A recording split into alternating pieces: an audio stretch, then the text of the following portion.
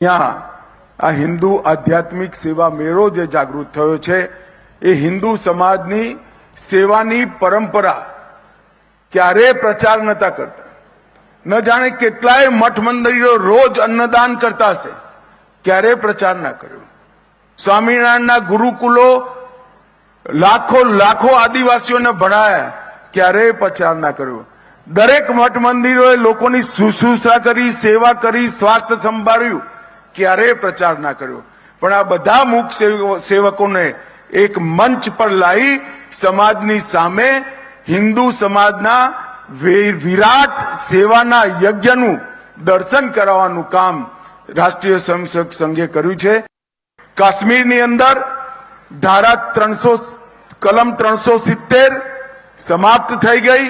550 વર્ષ પછી રામલલ્લાનો વનવાસ પૂરો થયો અને અયોધ્યામાં ભવ્ય રામ મંદિર બન્યું।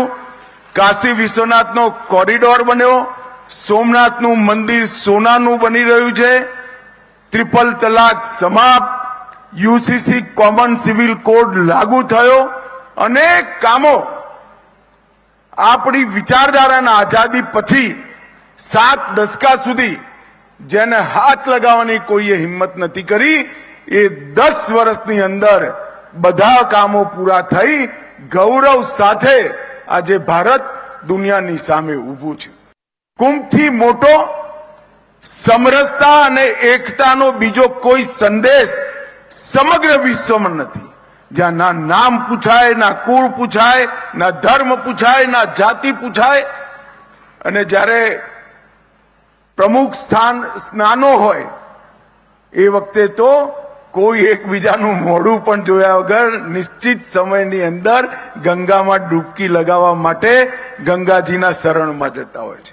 મિત્રો, મારી તમને સૌને एक अपील है कि आ महाकुंभ में एक बार जाओ और घरना युवानों ने किशोरों ने जरूर लई जजो। मैं मारा जीवन में 9 कुंभ में स्नान कर्यु छे। कुंभ अर्धकुंभ थई अने आ 10मा कुंभ में स्नान थशे। मारू हूँ पण 27મી त्यां जवानो छुं। आध्यात्मिक मेळानो प्रारंभ थयो छे। केंद्रीय गृहमंत्री अमित शाहना हस्ते प्रारंभ। 26 जान्युआरी सुधी हिंदू आध्यात्मिक अने सेवा मेळो चालशे। जीएमटीसी मैदान खाते आयोजन थयुं छे। आ कार्यक्रमनुं केंद्रीय गृह अने सहकार मंत्री अमित शाहना हस्ते शरूआत थई छे। सीएम भूपेन्द्र पटेल पण हाजर रह्या छे। तो 250 थी वधु सेवाभावी संस्थाओनी मेळामां सहभागिता छे। आचार्य वंदन, कन्या वंदन, मातृ-पितृ वंदन, संयुक्त परिवार सन्मान सहितना कार्यक्रमों पण करवामां आवी रह्या छे। 11 एकरमां आयोजित कार्यक्रममां 11 कुंडी, समरसता यज्ञशाळा अने 11 थी वधु मुख्य मंदिरोनुं जीवंत दर्शन करी शकाशे। आदिवासी संस्कृतिनी थीम पर समग्र कार्यक्रमनुं आयोजन करायुं छे अने मिनी कुंभमां पण लोकोने तेना मिनी कुंभना અહીં દર્શન થશે।